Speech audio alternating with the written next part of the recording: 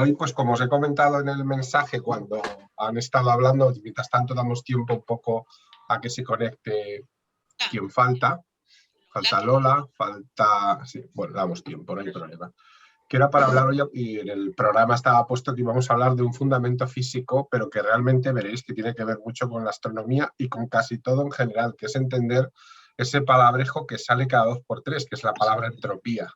Si os dais cuenta, hemos utilizado esta palabra un montón de veces cuando hemos hablado de muchas cosas, desde agujeros negros hasta la estructura del universo o para muchas cosas, pero realmente sabemos lo que es la entropía. Es decir, y ahora, como siempre hacemos últimamente, abro un momento de participación comunitaria para que cada uno dé su definición de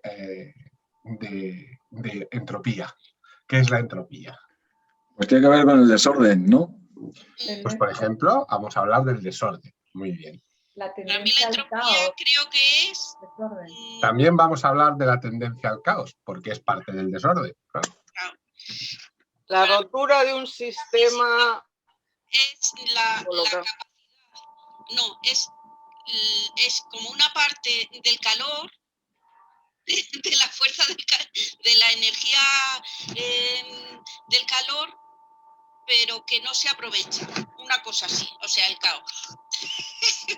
Bueno, es curioso porque has citado varias cosas curiosas, porque hay una parte que estoy muy de acuerdo contigo, porque realmente veremos que, digamos, que mide una parte de la energía que no podemos aprovechar.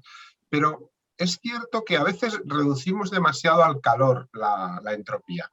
Realmente estamos cogiendo el todo por una parte o una parte por el todo, ¿no? Es decir, afecta mucho más que a la propia termodinámica. La termodinámica es esa parte de la física que estudia la dinámica de la temperatura, es decir, de cómo los cuerpos reaccionan y tienen intercambios de temperatura. Y también de calor, vamos a decir más bien de calor, ¿no? Hola. Por ejemplo, buenas, Lola. Hola. Todas las máquinas Hola. que existen funcionan básicamente por la termodinámica y en parte también por la entropía. Bueno, pues hemos hablado vamos a recuperar algunas cosas, hemos hablado de desorden, de caos, de no aprovechar toda la energía. ¿Qué más cosas? Alguien hablaba de un sistema, de la rotura de un sistema. La rotura de un sistema ordenado. Y fíjate que eso nos da la idea de un proceso, ¿verdad? Sí. El sistema se va rompiendo y parece que se va desordenando. Atentos a eso porque puede ser muy importante incluso para entender conceptos como el tiempo, ¿eh? Luego veremos el porqué. Es decir, que vamos a ver que esa palabra que ha aparecido tantísimas veces en las charlas que hemos tenido, tiene mucha importancia, muchísima importancia, pero rara vez la entendemos. Y hoy, con que la entendáis un poquito, más allá de las ecuaciones y más allá de los fundamentos físicos, de repente vais a decir, oye, pues esto de la entropía resulta que es más importante de lo que parece, que es bastante más importante de lo que parece. Y además os va a sorprender porque es una rama de la física relativamente antigua, porque básicamente sus fundamentos son de principios del siglo XIX, coincidiendo con los de la termodinámica, y que está muy bien explicada y muy bien entendida. Es decir, que no es una rama de esas de la física en la que no tenemos respuestas para algo. Pues no, mire, entendemos muy bien cómo funciona la entropía y además nos sirve de alguna manera para entender algunos procesos y otros completarlo, que no los entendíamos del todo, pero ahora ya nos da una pista. Por ejemplo, la entropía nos hace entender que la situación actual del universo es inflacionaria porque si no, el universo se hubiera extinguido de una manera muy rápida al comienzo de su existencia. Entonces, es una forma de entender perdón, que el universo es como es, entre otras cosas, por la influencia propia de la entropía. Pero bueno, ya lo iremos viendo toda su influencia a lo largo del rato que vamos a estar hablando. Es decir, que hoy, básicamente, pues lo que vamos a hablar es de entropía. Como siempre, pues he preparado una pequeña presentación y siempre cuando alguien habla de entropía, alguien siempre saca el tema del orden de las cosas, ¿no? La causalidad. Nosotros en nuestro universo, normalmente la taza se cae al suelo, o el vaso o el plato se cae al suelo y se rompe.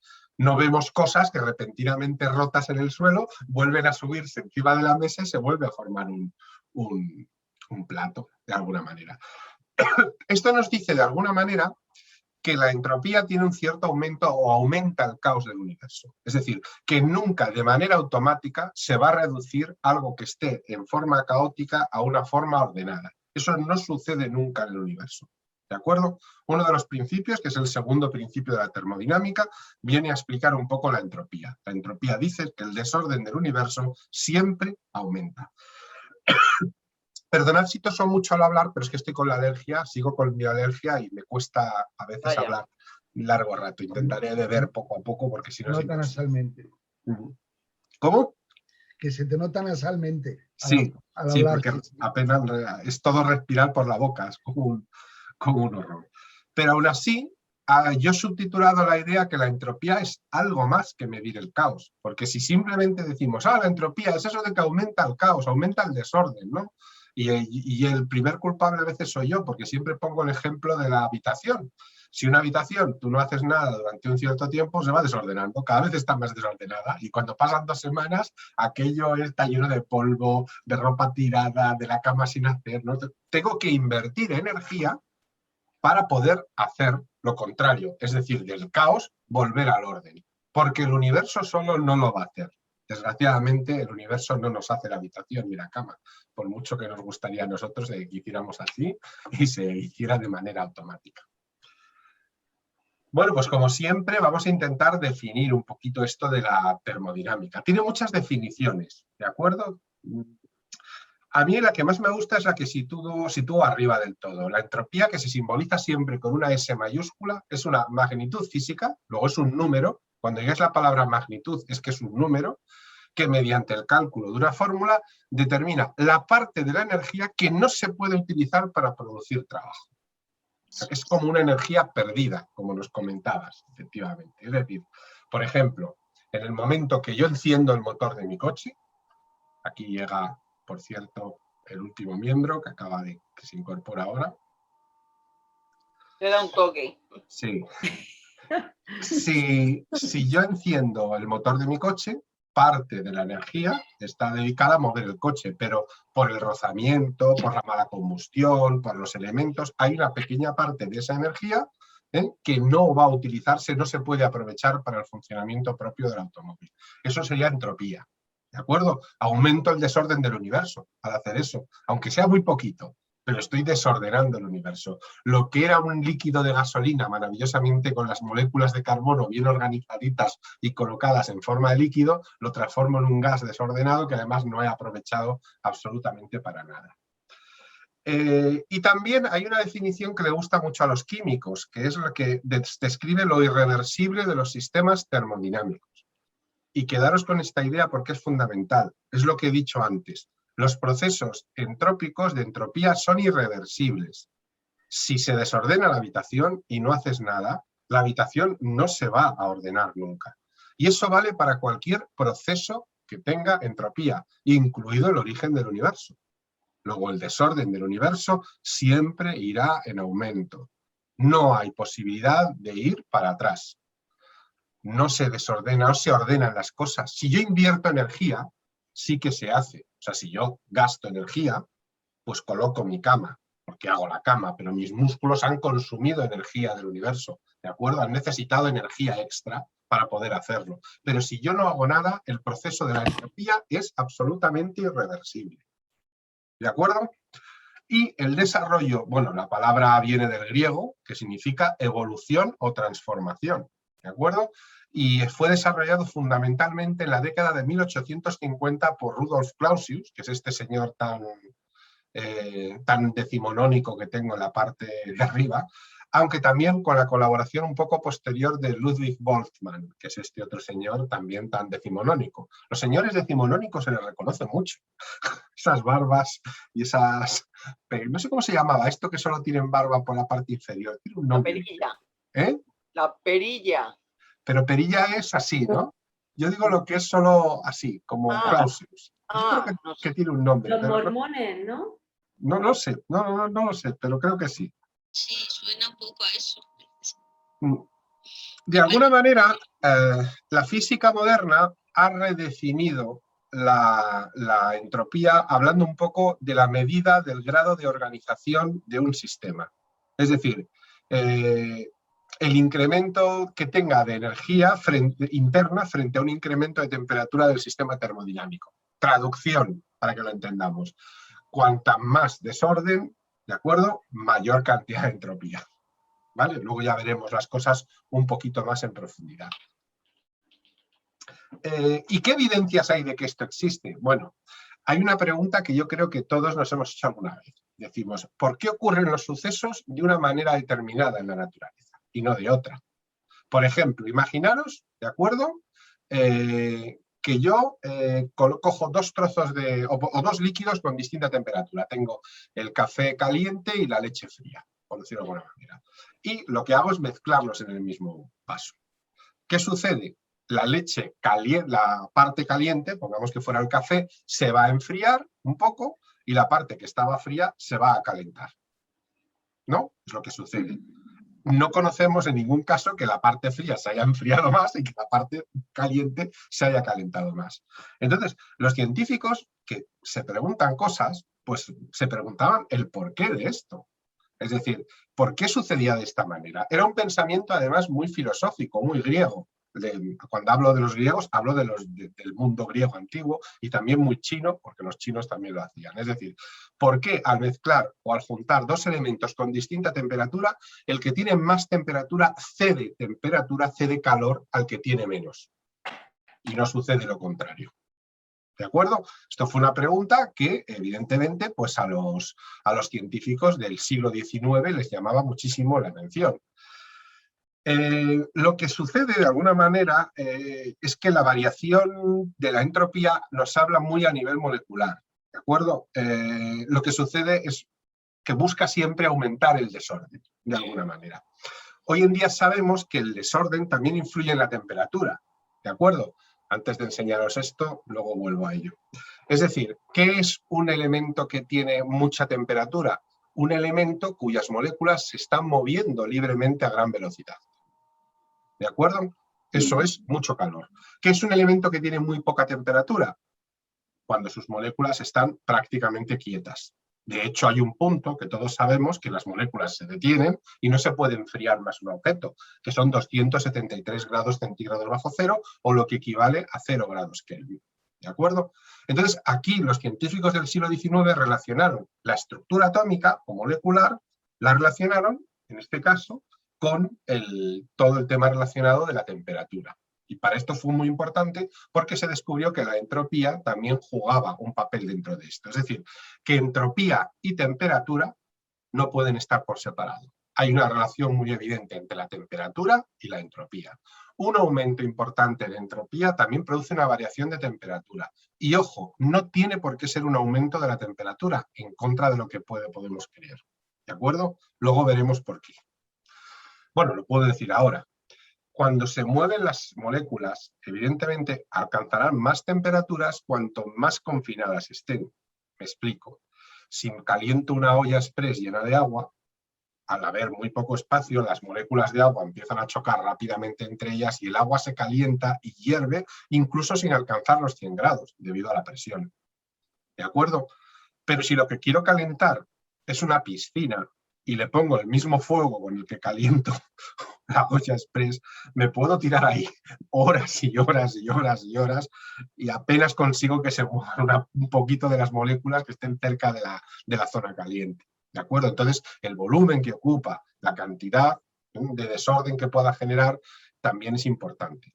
¿De acuerdo? Por eso mucha gente se sorprende de que la propia entropía predice un final del universo como muerte térmica. Lo predice, evidentemente. Va a llegar un momento en que ya no voy a tener energía utilizable. Toda la energía que queda es energía no utilizable, es la entropía.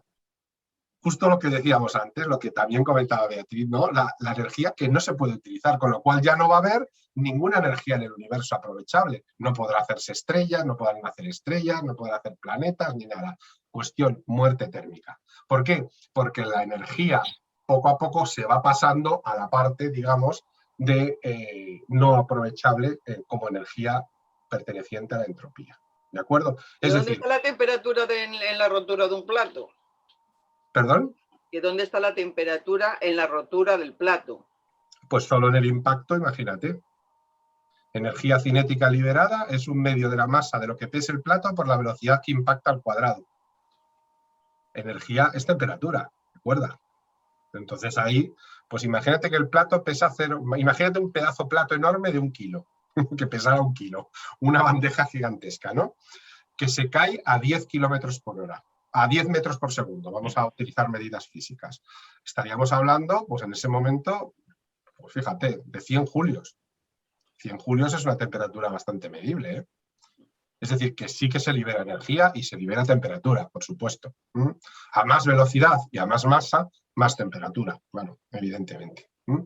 Si tú lo que dices es cómo aumenta la entropía, si ahora vemos la fórmula, ahora cuando la veamos, el aumento de entropía del universo o de la zona en la que vives que produce la rotura de un plato es minúscula. Es pequeñísima. Vamos a ver la fórmula ahora y vas a ver cómo te daría un aumento de entropía ridículo. Pero se produce un aumento de entropía. ¿Por el hecho de que se rompa un vaso? Sí, se ha producido. ¿Por el hecho de que tú camines solo por el rozamiento de tus pies? También se va a producir un aumento de entropía. Pero evidentemente estamos hablando de algo que es mínimo. Pero claro, cuando sumamos los mínimos, digamos, de todo el universo, empiezan a ser máximos. Fijaros. El valor para medir la entropía es el calor cedido partido por la temperatura absoluta de ese cuerpo. Es decir, que la cantidad de calor que puede llegar a ceder, por ejemplo, imagínate el caso de antes que hablábamos de que cede a lo mejor al ambiente 100 julios, pero la temperatura a la que se pueda encontrar es mucho mayor, con lo cual el valor que te va a dar aquí, porque 100 julios puede ser, pues mira, no llega ni a 0,001 grados de temperatura. Si estaba el plato a 30 grados de temperatura, pues fíjate qué división. Nos va a dar un aumento de temperatura de 0,00000, o sea, va a ser absolutamente ridícula. Pero claro, todo esto se va acumulando en el universo, porque no estamos hablando del plato que se rompe, sino de toda la existencia del propio universo que va aumentando poco a poco la entropía. Ojo que quiero dejar aquí claro que esto no tiene absolutamente nada que ver ni con la energía oscura ni con la materia oscura, que es una cosa que a veces mezclamos. La entropía no tiene ninguna característica gravitatoria, es simplemente una magnitud, ¿de acuerdo? No es un vector, es una magnitud que lo mide. Y lo mide con estas ecuaciones que dejo aquí, que tampoco me quiero parar demasiado en ellas, sino simplemente para que veáis cómo pueden ser. Bueno, como os comentaba el tema del cero absoluto, para calcular la entropía de cualquier sistema es necesario fijar la entropía del mismo en un estado determinado. Bueno, pues ahí para eso está la tercera ley de la termodinámica, que fija un estado fantástico que podemos aplicar en cualquier lado. Para sistemas químicamente puros, sin defectos estructurales en la red cristalina de densidad finita, la entropía es nula en el cero absoluto, es decir, a menos 273,16 grados centígrados. Hay mucha gente que me dice, pero esos son sistemas químicamente puros. Entonces, ¿otro sistema que no es puro puede tener menos temperatura? No, al contrario. Si el sistema es químicamente no puro, entonces no solo no estará a menos 273 grados, sino en mucho menos. Os voy a poner un ejemplo. Nuestro sistema termodinámico y entrópico que nos permite estar vivos, porque nuestro cuerpo funciona como una máquina viviente, pero es una máquina al fin y al cabo que transforma energía, ¿cuál es la temperatura mínima de funcionamiento que pensáis que tiene? 35 grados, 36. No, la mínima menos, mucho menos. Yo suelo estar a 35. Pues decid un número. Pues no sé. 34 me parece que oí yo que era lo mínimo que se podía estar antes de tener que actuar. No. Se han recuperado en algunos casos gente con 31 y 32, pero por debajo no hay manera. De hecho, seguro que habéis oído hablar alguna vez de algo que llaman criogenización. Es decir, la idea de congelar a una persona. Bueno, pues en el caso del ser humano, pues no se puede hacer. ¿Por qué no se puede hacer? Porque como tenemos, digamos, nuestro sistema entrópico y nuestro sistema termodinámico, fracasa por debajo de esa temperatura. Los lípidos y las grasas que forman nuestro cuerpo empiezan a descomponerse y la persona muere y no se le puede recuperar. Con lo cual, por mucho que nos han contado la historia de Walt Disney, que le tienen ahí congelado en Estados Unidos, pues no es viable, ¿de acuerdo? O en películas de ciencia ficción en las que se habla de congelar a los tripulantes y recuperarlos pues un tiempo después. Pues de momento la ciencia ha encontrado una pared termodinámica y entrópica en la temperatura mínima que puede alcanzar el ser humano. ¿Por qué? Porque no somos químicamente puros. ¿De acuerdo? Tenemos un montón de química dentro, a diferentes, pues oye, es que mucha gente dice, bueno, los componentes del ser humano es que van desde el carbono de nuestra química orgánica a, yo qué sé, el flúor de nuestros dientes, el calcio de nuestros huesos, el hierro de nuestra hemoglobina, o sea, es cantidad de elementos químicos y al ser químicamente tan poco puros, pues entonces vamos perdiendo esa capacidad y el cero absoluto va subiendo. ¿De acuerdo? ¿Alguna pregunta hasta aquí? Sí, Santiago, cuando por ejemplo hay gente en la UCI, creo recordar que se bajan las constantes vitales, le llevan como a un estado de latencia lo más bajo posible, precisamente para parar ciertos procesos. Sí, no es que se paren, sino que se ralentizan. Eso es. Es decir, bajando la temperatura del cuerpo a 33-34 grados, se late 1 o 2 veces por minuto, se respira una vez o dos por minuto. Es decir, buscamos un cuerpo que está como cuando los osos hibernan en invierno, ¿no? Que hacen lo mismo, lo que hacen es bajar su metabolismo, es la palabra, al mínimo. Pero aún así ese es el mínimo. Y hay que hacerlo de manera supervisada, porque como tengas cualquier problema y te muevas de ese mínimo hacia abajo, corres mucho peligro de morirte. ¿De acuerdo? Entonces, la termodinámica y en medida también importante la entropía, nos enseña que en función de nuestros componentes químicos tenemos como un límite de temperatura, ¿no? Cuanto más puro es el componente de un elemento, más capacidad tiene para ir bajando por esa escala hasta la entropía cero, es decir, hasta los 273 grados bajo cero. Pero incluso hay elementos como el nitrógeno que te pueden bajar hasta 100 y pico grados, pero no más, y son químicamente puros, ¿no? O sea, que ni siquiera todos los elementos son capaces de hacer. ¿Y por qué los elementos de nuestro cuerpo no son puros? El hierro que tengamos en la hemoglobina será puro, ¿no? No, está asociado a otros compuestos. Nosotros no somos trozos por separado. Nuestros componentes químicos están asociados en moléculas, obviamente. Por ejemplo, la hemoglobina es una molécula formada por hierro y más cosas. Bueno, habría que saber. O sea, no somos este trocito es de hierro puro, este trocito es de carbono, no. El calcio de nuestros huesos es carbono, es una especie de carbonato cálcico, ¿no? O sea, no es exactamente lo mismo, pero se parece. Es decir, no somos en absoluto, no tenemos nada. De hecho, algunas veces de broma, pero es verdad. Lo más puro que solemos tener en nuestros cuerpos a veces son nuestros empastes. Porque suelen estar hechos de un material muy puro. O sea, antiguamente se usaban platas y cosas por el estilo, ¿no? Es decir, que realmente, o los dientes falsos, ¿no? Hechos de materiales preciosos, ¿no? Eso era lo más puro, porque como no hacía aleación con el resto del cuerpo, se quedaba en estado puro donde lo tenías. Y eso explica también por qué en un proceso de incineración muchas veces sobrevive al cuerpo, ¿no? Te encuentras los empastes o piezas dentadas de determinados. Pero bueno, esto era una broma. Sí, para ilustrar. Las prótesis de cadera y esas cosas. Por ejemplo, el titanio, que es durísimo, ¿no?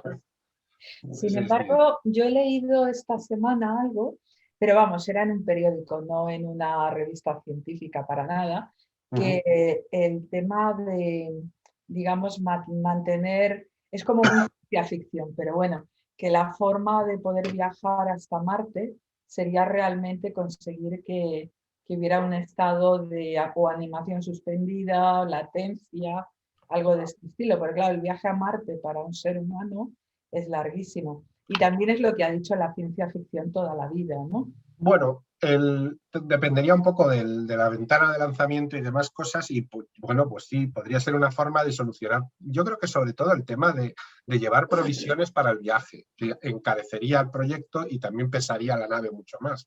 Si lo que hacen es ir dormidos durante... Pero ¿sabes lo que sucede? Tu cuerpo, cuando estás larguísimos periodos de tiempo en animación suspendida, y pongo el ejemplo de las personas que están en coma, que podría ser un proceso parecido, tu cuerpo, la musculatura y tus huesos acaban absolutamente destrozados. En muchos casos, si no hay, habría que instalar sistemas también para mover la postura de las personas, porque hemos conocido todos las escaras famosas de personas que están encamadas, ¿no? Y que terminan con dolorosísimas llagas y úlceras en determinadas zonas del cuerpo, ¿no? Que bueno, que son cosas que a lo mejor con un sistema robótico se podían solucionar y mover piernas y brazos del cuerpo, pero no se sabe a tan largo plazo lo que realmente podría causar. Yo a lo mejor tanto como Marte, que como Marte puede ser 8 o 9 meses de viaje, que tampoco es una cosa que sea una locura. Es decir, que ha habido viajes en barco de esa duración y no ha pasado mayores y no ha pasado nada.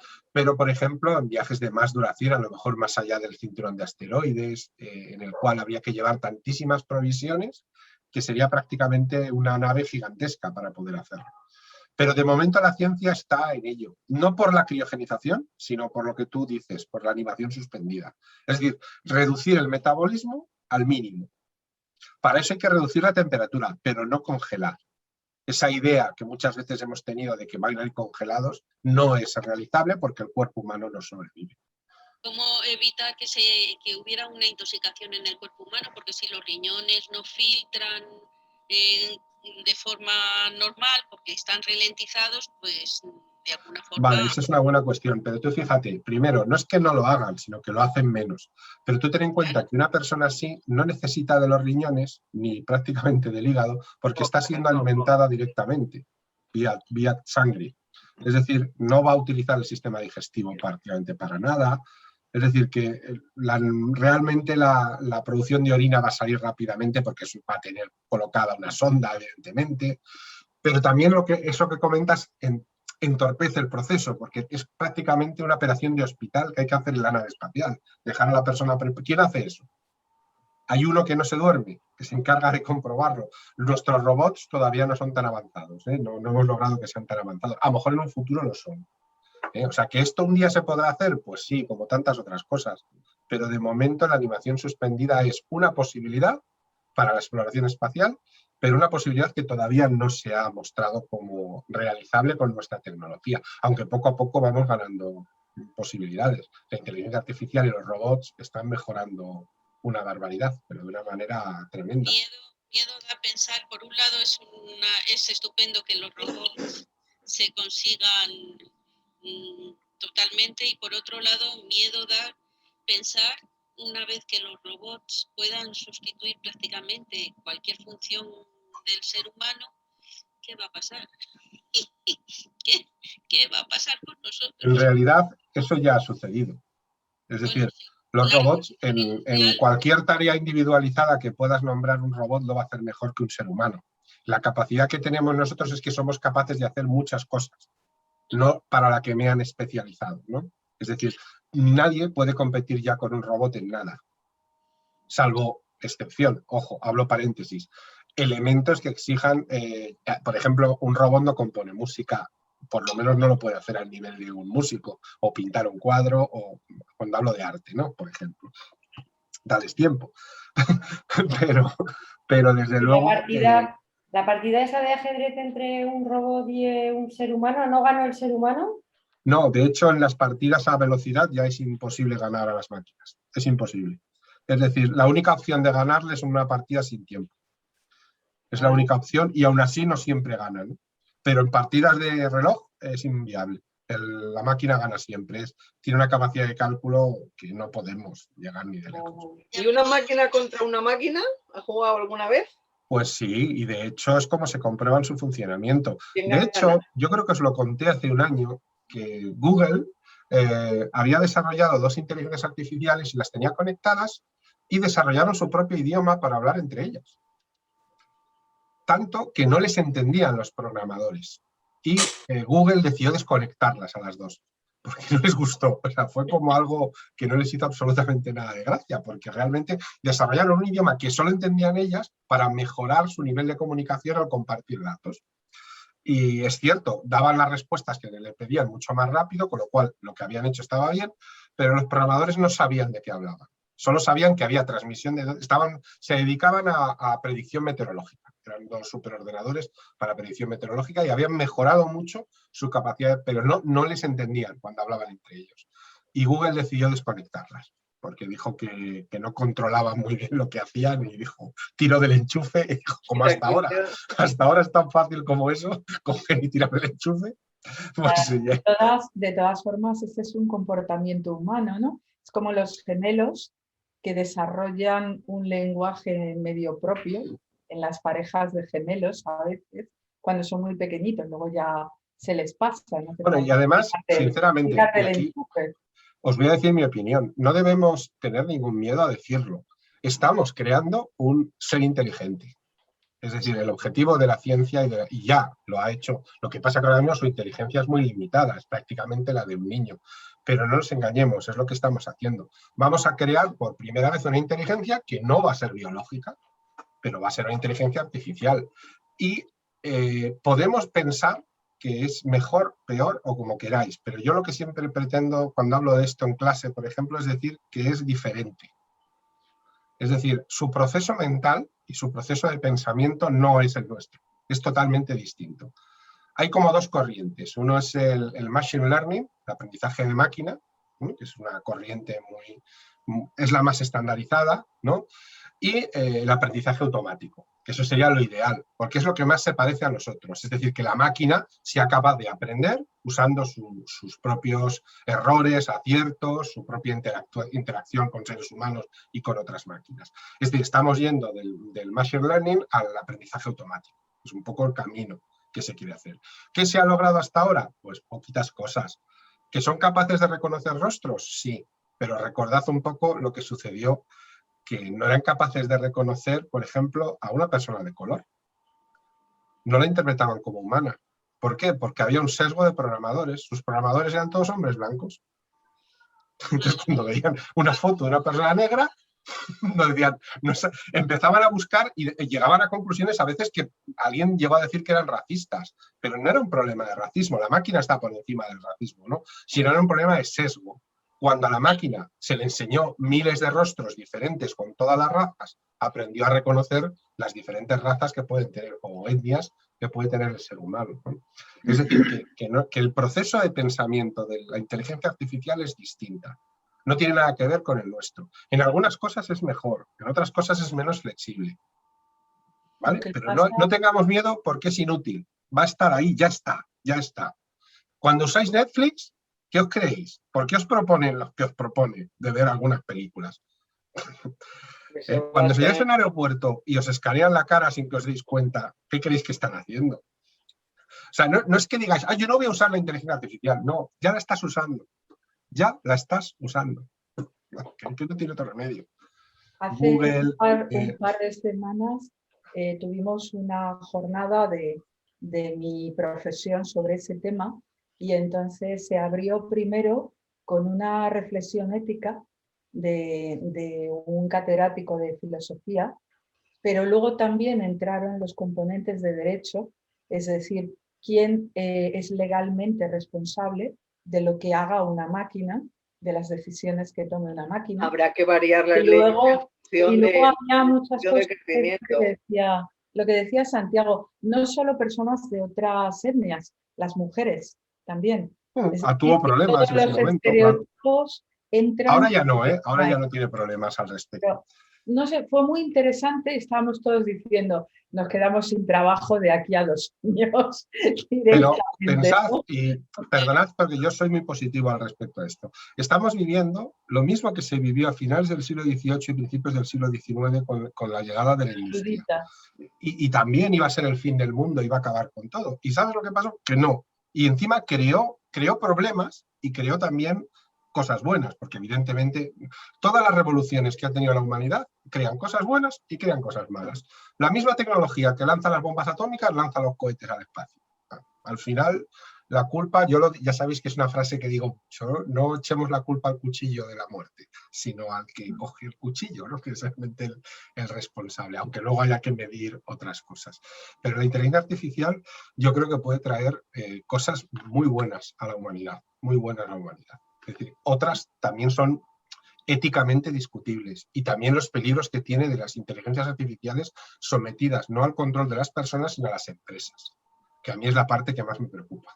Hombre, sin ir más lejos, lo que vemos para que aterricen las naves es a base de inteligencia Sí, artificial. porque no hay manera de conectarte a esa O distancia. sea que- Pero bueno, no nos Santiago. desviemos del tema. Sí, Oye, ¿te puedo hacer una pregunta? claro. Es que, volviendo un poco al tema de la entropía, a mí siempre me ha llamado la atención, si la tendencia natural es hacia la entropía, ¿cómo es posible que nazca la vida? Que surja la vida. ¿Cómo es posible? Porque al final la vida es orden, y el orden es energía, y es lo contrario a la entropía. Entonces, no sé, ¿qué explicación hay por ahí, digamos, Vale, vamos a llegar ahí porque voy a hablar también de la Buena variante pregunta. biológica, pero Me callo. te avanzo un poco. En realidad, en los procesos de la vida, en contra de lo que queremos, no son orden, porque necesitan energía. Es decir, la vida se mantiene siempre bajo el aporte de energía. Y eso es un proceso que aumenta la entropía. Para que exista vida, la vida de alguna manera necesita energía con la que vivir. Utilizando pues una planta necesita la luz del sol por el proceso de la fotosíntesis más el oxígeno que respira. Yo necesito la alimentación, la bebida y el aire para respirar. Todo eso, mi cuerpo, en unas células determinadas, lo transforman en energía mediante la famosa reacción esta química del ATP. Cuando se produce esto, se produce una reacción termodinámica entrópica. Es decir, que sorprendentemente la vida aumenta el desorden del universo, y mucho. Pero en un primer momento no necesita, digamos, un orden. O sea, creamos una célula utilizando lo que hay en el medio y le damos un cierto orden a esa. Claro, esa fíjate cómo es el proceso de la vida. Resulta que el orden podría ser una molécula, ¿de acuerdo? Una molécula orgánica, perfectamente. Pero resulta que para que haya vida necesitamos que se asocie de una manera empática y también física con otro montón de moléculas distintas y que cada uno tenga un montón de tareas a veces cruzadas y a veces superfluas. El propio diseño del ser humano es incomprensible. ¿Por qué? Porque es totalmente aleatorio. ¿Por qué tenemos dos riñones y no dos corazones? Por ejemplo, que sería mucho más útil. Entonces, o 4 ojos, que sería más útil. Más para poder ver, es decir, que realmente... Sí. Entonces, todos esos procesos son entrópicos, evidentemente, porque al fondo, cuanto más avanzada es la vida, más desordenada está, más cantidad de moléculas y de energía necesita para poder funcionar. Cada vez más y más y más y más. Y esto es muy importante, y lo enlaza un poco, ya que lo has sacado, también lo digo, porque hace poco, pues cuando hablábamos de la posibilidad de vida en otras zonas del universo, es muy importante que tengamos en cuenta que esto es igual en todo el universo. Luego, toda la existencia de vida que pueda haber va a necesitar energía para alimentarse. Da igual cómo la absorba, porque aquí en la Tierra tenemos las plantas, los virus, las bacterias y los seres vivos de diferentes características y nos alimentamos de maneras diferentes, ¿no? Pero todos necesitamos energía para vivir, cualquier ser vivo. Y esto es muy importante porque incluso a escala de ADN, luego os enseñaré una imagen para que lo veáis, ya se producen reacciones termodinámicas y por lo tanto también se aumenta la entropía, a escala del ADN. ¿Por qué? Porque el ADN es un proceso de desorden de una molécula anterior, probablemente un ARN muy simple, que era mucho más lógico y mucho más simple. La prueba lo tenéis lo bien que funcionan los virus. Hemos aprendido en este año y medio que el ARN de un virus es bueno de narices, vamos. Y el método CRISPR, cómo ha evolucionado. Sí. Sin embargo, los ADN, como el del ser humano, es muy difícil de mutar. ¿Por qué? Porque es súper complicado todas las mezclas que tiene. Entonces, también es un proceso termodinámico y también es un proceso entrópico. Pero de verdad que luego lo veréis, pero que vais a alucinar. Vale. Incluso un proceso como la economía, ya hay economistas que se llaman bioeconomía, en las cuales muestran que también hay un proceso entrópico. Luego os enseño una imagen de estos que también han desarrollado de cómo funcionaría la economía y por qué se producen crisis determinadas por efectos de caos y por qué el sistema económico tiene esa tendencia a descarrilar con tanta facilidad, ¿no? Y encaja muy bien en las explicaciones que dan. Luego lo iremos, ahora os lo voy a enseñar para que veáis un poco. Antes de nada, para terminar con este tema de la irreversibilidad de los procesos entrópicos que os comentaba antes, pues recordad que para que lo entendamos bien, en la temperatura se ve muy bien. Siempre el foco caliente de la temperatura cede calor al más frío. Nunca sucede al contrario.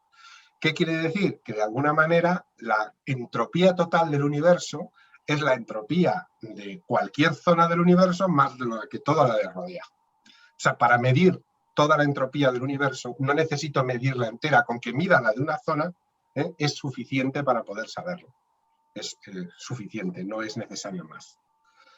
Esto nos ha permitido, además, trabajar mucho, y ya el propio Lord Kelvin, sobre el futuro, ya el propio Lord Kelvin lo llegó a vislumbrar sobre el futuro del universo. Dice que como para llevar al universo a un estado original habría que aplicarle energía desde fuera. Entonces, el universo no podría retornar a estar ordenado como estaba en el primer momento del Big Bang, en el que todo estaba perfectamente colapsado en una gran singularidad. Los procesos son irreversibles, siempre va a aumentar la entropía. Así que como la energía no se puede crear ni destruir, la entropía puede crearse, pero no destruirse. Es posible entonces que el universo, como es un sistema que podemos considerar aislado, va a ir aumentando su entropía eternamente, eternamente, eternamente, hasta la muerte térmica del universo, hasta que ya no haya más energía que consumir, no queden estrellas, ni átomos, ni planetas, ni personas, no quede absolutamente nada. Esa es una de las posibles confirmaciones de esta muerte térmica del universo. Pero esto no entiendo por qué tiene que ver con la entropía. Eso es por la inflación, por la expansión del universo, que al expandirse cada vez más, se va alejando y se va enfriando. Pero... Claro, pero la entropía nos muestra que además es inevitable, porque hasta con la explicación que tú estás dando teníamos 3 posibilidades, acuérdate, sí, que dependía de las masas y de la propia estructura o planitud del universo. Resulta que la entropía nos dice que no, que el universo no tenía opciones. Es como es, porque no podía ser de otra manera. Jamás pudo volver a saber, no podría haber un Big Crunch. ¿De acuerdo? Solo puede haber una muerte térmica, porque la entropía impide cualquier otra solución. ¿De acuerdo? Es decir, la propia aceleración causada por la fase expansiva lo permite, desde luego. Esa es la causa de la expansión y de la separación. Pero la razón de que no pueda haber otra opción es la propia entropía. Porque significaría de alguna manera que los procesos irían al revés, hacia atrás, que iríamos de desordenado a ordenado. Y ya sabemos que eso no pasa ni puede pasar.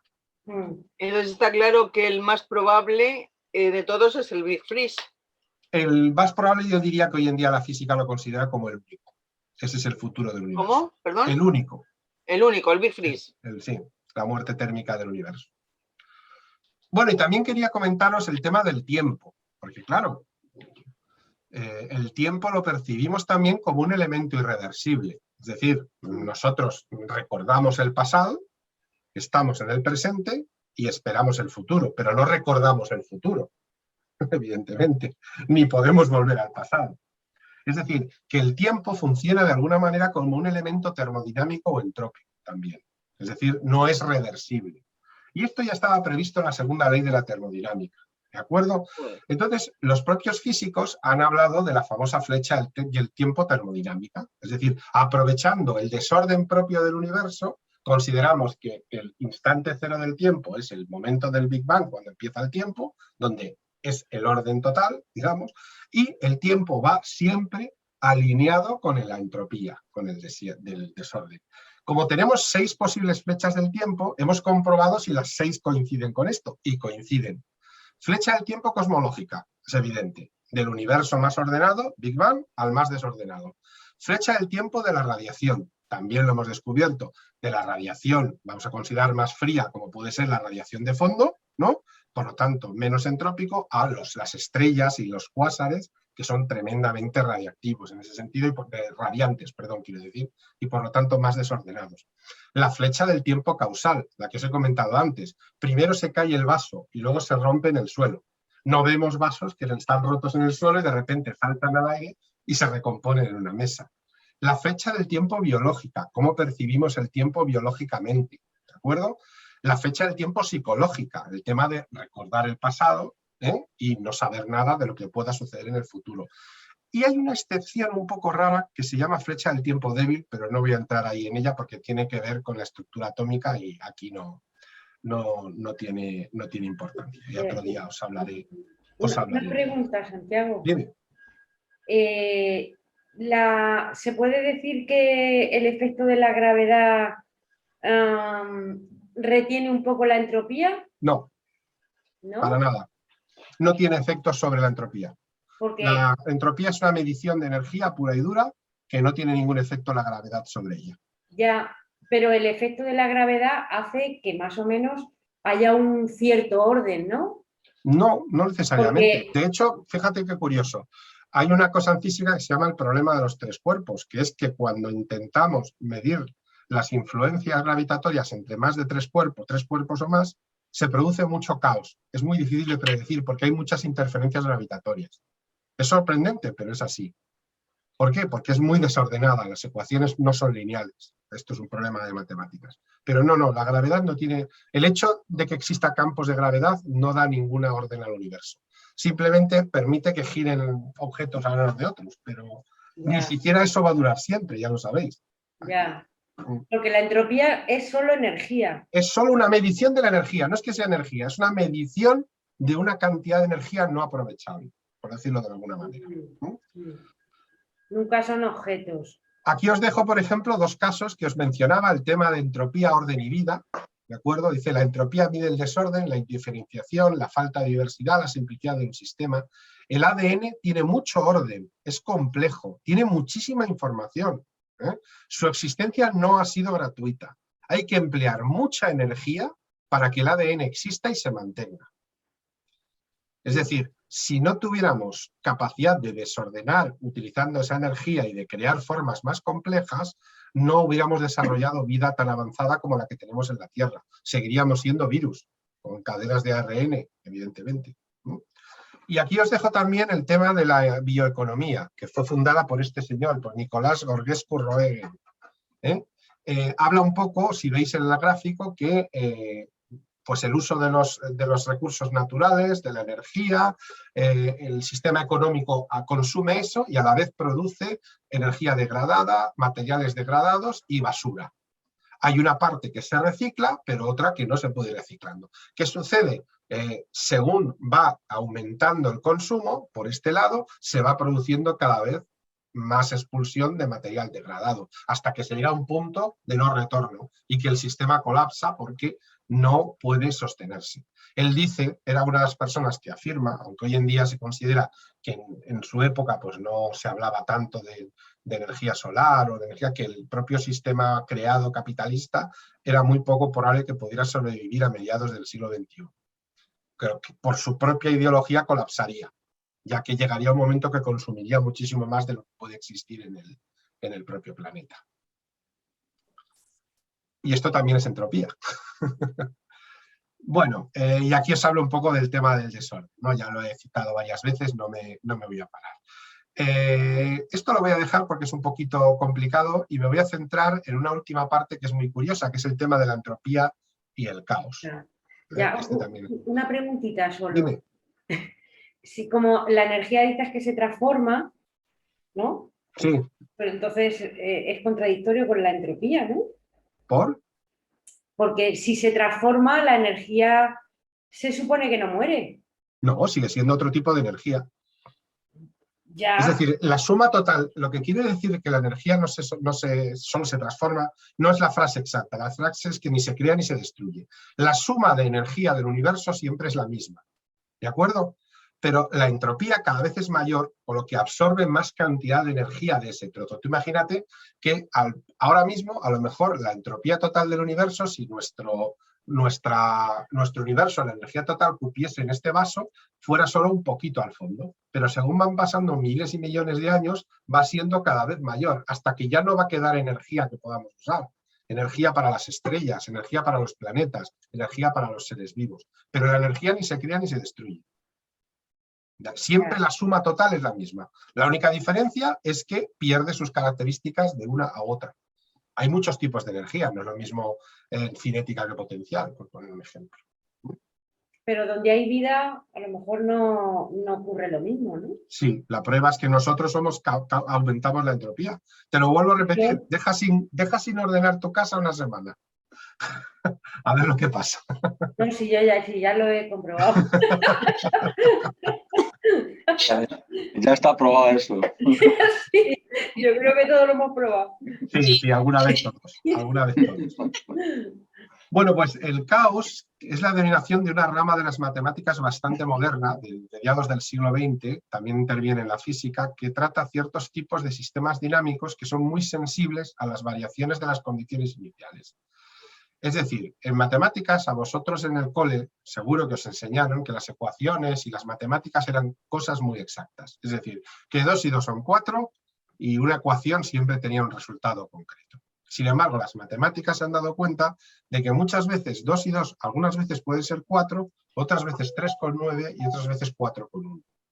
Es decir, que el caos predice elementos matemáticos que no son tan exactos, pero que irónicamente se parecen muchísimo más a la realidad del universo. Y aquí, perdonadme, que tengo que hablar un poco de una manera que a lo mejor es un poco difícil de entender. El problema de las matemáticas es que no explican el universo, ya que como lenguaje funcionan, pero como identidad no funcionan. Vosotros no habéis visto una recta infinita nunca, que no, ni un círculo perfecto, ni un triángulo equilátero perfecto. O sea, son figuras que nos hemos inventado para explicar los polígonos y tal, pero eso no existe.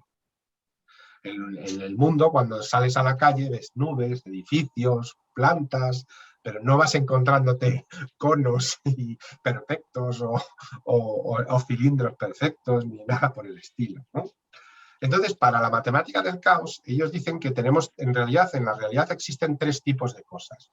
Los sistemas estables, que más o menos permanecen igual todo el tiempo, los sistemas inestables, que tienden a estar moviéndose entre que me caigo o no me caigo, ¿de acuerdo? Y los sistemas caóticos, absolutamente caóticos. Vamos a tratar de poner un ejemplo para cada uno de ellos. Un sistema estable, por poner un ejemplo, es una mesa apoyada en sus patas, ¿no? Es un sistema completamente estable. Un sistema inestable, coged la mesa, la ponéis de lado apoyada solo en una pata y a ver qué sucede. Veréis que empieza a balancearse como absolutamente que se va a caer hasta que llega un momento que se cae y pasa a ser de inestable a estable, porque cuando se caiga va a quedar en la posición en la que estaba. Y un sistema caótico es aquel que no sé qué puede pasar con él. Y el ejemplo más evidente es la meteorología. Es decir, ¿por qué la meteorología es tan difícil? ¿Por qué es tan difícil de prever? Porque no sabemos una mínima variación de nada. O 2 días semejantes no quiere decir que al día siguiente vaya a hacer exactamente lo mismo. ¿De acuerdo? Aquí os dejo algunas explicaciones, pero el ejemplo de la meteorología es muy evidente. Los fractales son un claro ejemplo de la teoría del caos. Los fractales son unos dibujos que se asocian y que tienen dimensiones que no son ni 1, ni 2, ni 3, son dimensiones fraccionarias. Básicamente un fractal es un dibujo, aquí lo podéis ver, donde cualquier parte más pequeña del dibujo es igual a la anterior. Fijaros, este dibujo empieza siendo este triangulito que veis ahora. Luego el triangulito le salen otros triangulitos iguales, luego otros triangulitos más pequeños y otros más pequeños y otros más pequeños. Entonces, si yo con una lupa mirara uno de esos dibujos, como el que tenéis aquí, veríais que cualquier estructura más pequeña que viéramos dentro de él es igual de compleja que la estructura cuando la vemos desde lejos. Aquí tenéis algún ejemplo de fractales. Si vosotros ahora cogierais una lupa y mirarais, veríais que este círculo y este son exactamente proporcionales, y este igual, y ese pequeñito de ahí, y lo que serían haciendo zoom, iríamos viendo cada vez más y más y más y más. ¿Y esto por qué tiene tanta importancia? Porque resulta que la naturaleza se define con fractales. Toda la naturaleza no se define con matemática tradicional. ¿Qué es un copo de nieve? Es un fractal de 1,2 dimensiones. Las ramas de los árboles, si os dais cuenta, se van dividiendo y un trocito de esta rama tiene la misma estructura que la rama principal. Las nubes, las fluctuaciones cuánticas en un acelerador de partículas, tienen esas características. ¿Sabéis qué es esto? Una lombarda. Es una lombarda. Sí, es verdad. Y esto es un girasol. Y esto es un pavo real. Y esto es la hoja de un helecho. Y esto es la desembocadura de un río. Y bueno, aquí tenéis burbujas de agua, una piña, una hoja, un árbol de nuevo. Bueno, pues esto está íntimamente relacionado con Phi. ¿Con? Con Phi, con el número áureo. No, no siempre, ¿no? Para el número áureo, de hecho, es muy simplón. Esto es mucho más complicado. El número áureo tienes dimensión 1.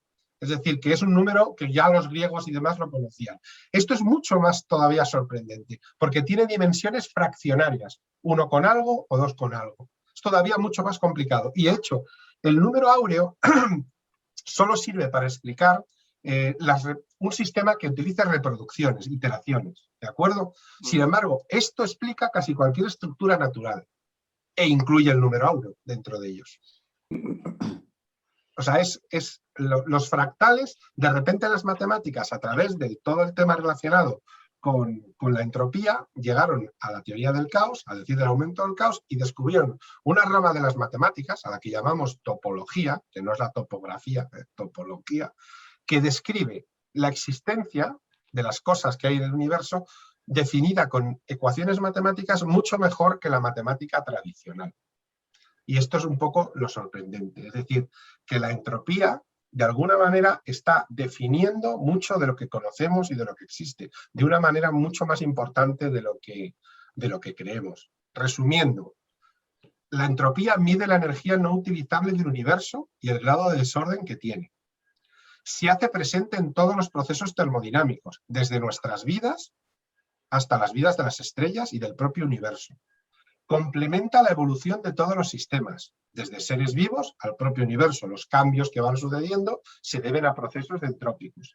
Y abre una nueva rama de las matemáticas que describe perfectamente la realidad observada. Para que luego digan que es una rama de las matemáticas y que no tiene más importancia que eso. A mí, que me gustan mucho las matemáticas, siempre defiendo mucho la entropía y todas las matemáticas topológicas como algo que debería enseñarse más, porque son mucho más maravillosas que simplemente enseñar cuadrados, cubos, triángulos, pentágonos y todas esas cosas que nos enseñaban en los colegios. Entonces, esta rama sería la topología. Topología. Esta rama de la que habla sería la topología. La topología es la rama que estudia el caos. Y ahora, con calma, creo que tengo todavía 10-15 minutos para preguntas y cualquier cosa que tengáis. Madre mía. Yo tengo una, pero no es de la clase de hoy. He visto una noticia del ABC y de nuestro amigo Nieves, que ya sabemos que es periodista, que no es físico ni astrofísico, que cuentan que entre las galaxias se han detectado una especie de puentes de materia oscura, de energía oscura, o materia oscura, no me acuerdo, una de las dos. ¿Has oído algo? Los grandes atractores. Sí, llevan hablando de ellos un cierto tiempo. No sé mucho más, normalmente les denominan grandes atractores, pero sí, se lleva hablando un cierto tiempo. Tampoco hasta que sepamos realmente explicar lo que es la energía oscura como tal, va a ser complicado que sepamos lo que es. Pero fíjate que también aquí está muy relacionado con el caos. Digamos que una de las figuras que el caos define, la topología define, son esos grandes atractores cuando se dan procesos entrópicos. Es decir, lugares en los que se junta energía y materia simplemente por acción caótica.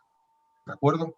Es como si tú dejas caer agua de un grifo medio abierto sobre tu mano. Habrá zonas donde se acumule más agua y zonas donde apenas te mojes, ¿no? Pues eso es capaz de definirlo también la topología. Y le llaman grandes atractores. Y curiosamente los físicos teóricos a estos puntos también les están llamando grandes atractores. Ya, pero hay más que caos o desorden, sería un orden, porque es que va de galaxia a galaxia. Es caos. Lo que pasa es que las matemáticas modernas son capaces de encontrar orden en el caos. Es decir, de predecir esos lugares. Pero es caos. Solo se producen cuando la distribución es caótica. Si tú metes ecuaciones lineales ahí, no sale nada. No te diría absolutamente nada. Pero sí, he leído la noticia, la he leído. También la he visto. Oye, Santiago, ¿ya has oído en los informativos de hoy lo que dice Pedro Duque, que quieren crear una NASA? Lo de la NASA. Estaba pensando en lo mismo. Bueno, realidad. Eso. Yo creo que con que aumentáramos nuestra participación a lo mejor en la Agencia Espacial Europea sería suficiente. O sea, que no está muy acorde con el tamaño de España. No hay que ser tan pretenciosos. La NASA española es que es como que desentonaría el caos con respecto a todo lo demás. Tuvimos una oportunidad muy buena cuando la Agencia Espacial Europea quiso designar Canarias como el lugar de lanzamiento de los cohetes de la Agencia Espacial Europea, y se decidió que no, por tema turístico y por tema de... Yo creo que fue una oportunidad perdida que se llevó la Guayana Francesa y por lo tanto Francia, y que hubiera aportado bastante a ese desarrollo, pero bueno, aquí otra pregunta. Es complicado. Otra pregunta hablando de este tema, muy personal para ti, Santiago. ¿Por qué no dimite Pedro Duque? Bueno, Porque no está haciendo nada. ¿Qué ha hecho? Menuda pregunta. Porque es un político. Yo tenía mucha porque es un político. No, porque no es un político. Es que ya, pero ahora es un político. O sea, no, ahora es un político. Bueno. Y los políticos en este país, pues... Claro, es que, bien, bueno, todos teníamos ilusión, ¿verdad? Cuando le nombraron político, a ver qué hacía. Y es tú me verdad dijiste... que en España es complicado hacer entender... A ver, el tema del I+D y I+I, en España seguimos pensando que es el Estado el que tiene que liderar. Pero el Estado no es el que tiene que liderar eso, sino las empresas. Es decir, yo creo que el momento que las grandes empresas españolas crean que realmente es bueno invertir en investigación, desarrollo e iniciativas tecnológicas, eso cambiará. El Estado en España no tiene un duro, como para gastarlo, bastante tiene con llevárselo. Claro, pero además es que ahora mismo yo creo que el Estado, en este caso Pedro Duque, podría interceder entre las empresas para que invirtieran. Pero eso sí lo está haciendo. Eso sí que lo está haciendo. Porque, por ejemplo, el tema de los satélites, eso sí que lo está logrando. Porque, por ejemplo, ha estado muy claro el tema de los satélites. Pero vuelvo a lo mismo. Cuando vosotros miréis en la NASA o en Estados Unidos, no, los cohetes no los fabrica el Estado. Los cohetes los fabrica Boeing, los fabrica Grumman, los fabrica General Dynamics. ¿Por qué? Porque les interesa estar ahí. Que los pague el Estado es otra cosa luego, pero son contratos. Porque son el Estado. Es que esas empresas que has dicho tú son el Estado. Al sí, fin y al cabo. Son tan poderosas porque al fin y al cabo influyen incluso en políticas. Claro. Pues son las que mandan. Pero aquí yo creo que a mí me ha parecido un poco chorrada, sinceramente. Es decir, yo creo que lo lógico sería aumentar la participación, si fuera posible, en la Agencia Espacial Europea y en la medida de lo posible. Pero en realidad, no sé. Es que pues eso es una idea, porque ahora lo tienen que dotar de recursos, que es lo que no van a hacer. Es un problema de siglos. Es decir, nosotros no creemos en la ciencia. No creemos en la ciencia. Es innato, es muy difícil. Sí que es que cualquier famoso español que penséis involucrado en el mundo de la ciencia, veréis que ha triunfado en el extranjero. Sí. Es que es imposible encontrar a alguien que haya triunfado en este país. Y ahí hay un problema que viene de muy atrás y que todavía incluso nos genera sensación de, bueno, ya lo inventarán ellos, ¿no? Y siempre vamos en el furgón de cola. Y yo recuerdo a DeGrasse Tyson, ¿no? Cuando estuvo en Canarias con el entrevistado por Gabilondo, precisamente, ¿no? Y él decía, él tenía toda la razón, dice, ustedes en el siglo XVII eran los Estados Unidos, eran los que enviaban exploradores por todo el planeta, los que tenían la iniciativa tecnológica para construir los mejores barcos, los mejores exploradores, y decidieron tirarlo todo por la borda y vivir en el furgón de cola, dijo así. Y viviendo en el furgón de cola siempre se va el último y se llega al último a todo. Lo dijo así. Dice, y no me gusta verlo porque ha sido un país líder y de repente, a través de los siglos, se ha tirado todo por la borda. Pues, no sé.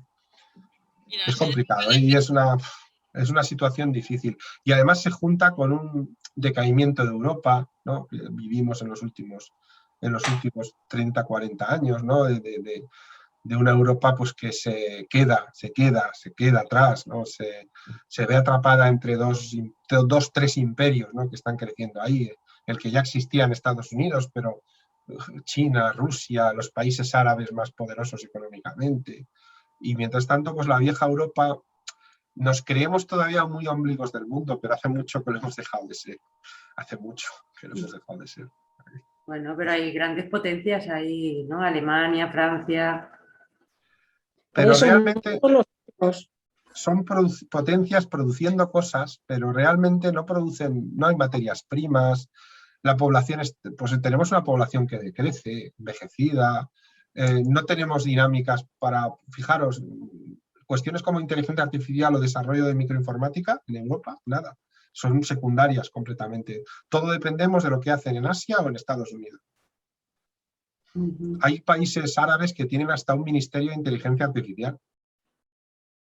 Fijaros, como los Emiratos Árabes Unidos, que tienen un señor, además súper joven, de 30 y tantos años, que es un puesto solo específicamente para eso. Y eso ya dice mucho. Emiratos Árabes tiene a la población esclavizada y hacen con el dinero lo que les da la gana, pero menos mal que lo invierten en algo interesante, como es... podemos justificarnos como queramos, pero la realidad es que justificarse con que los otros sean malos o menos malos o más malos... Pero tienen más dinero para ellos. Hay democracia, no reparten...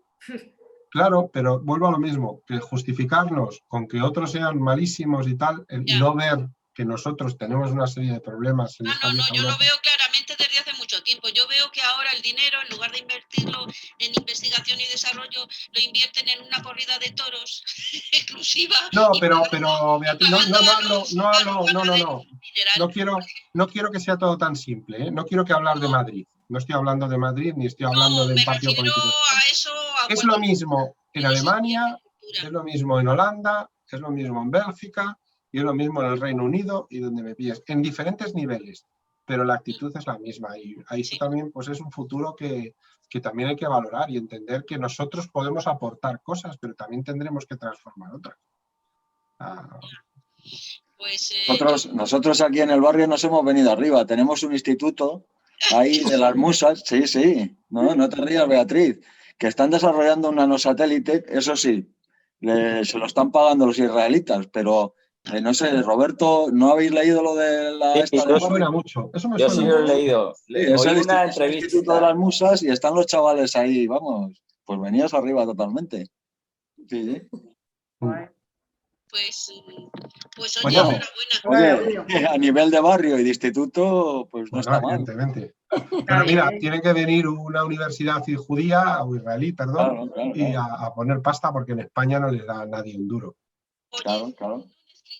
¿A vosotros también nos ha parecido o es que yo le he dado alguna tecla? ¿Qué? En lugar de veros a vosotros, veo media pantalla es un escritorio. Ese es aplicaciones, documentos, Google, correo, pues no sé qué es esto. ¿Has dado algún botón? Pues no le he dado a nada. ¿Has dado algún botón? ¿Estás viendo tu pantalla? Pues debe de ser, pero no hay forma Has minimizado Zoom y solamente estás viendo una parte.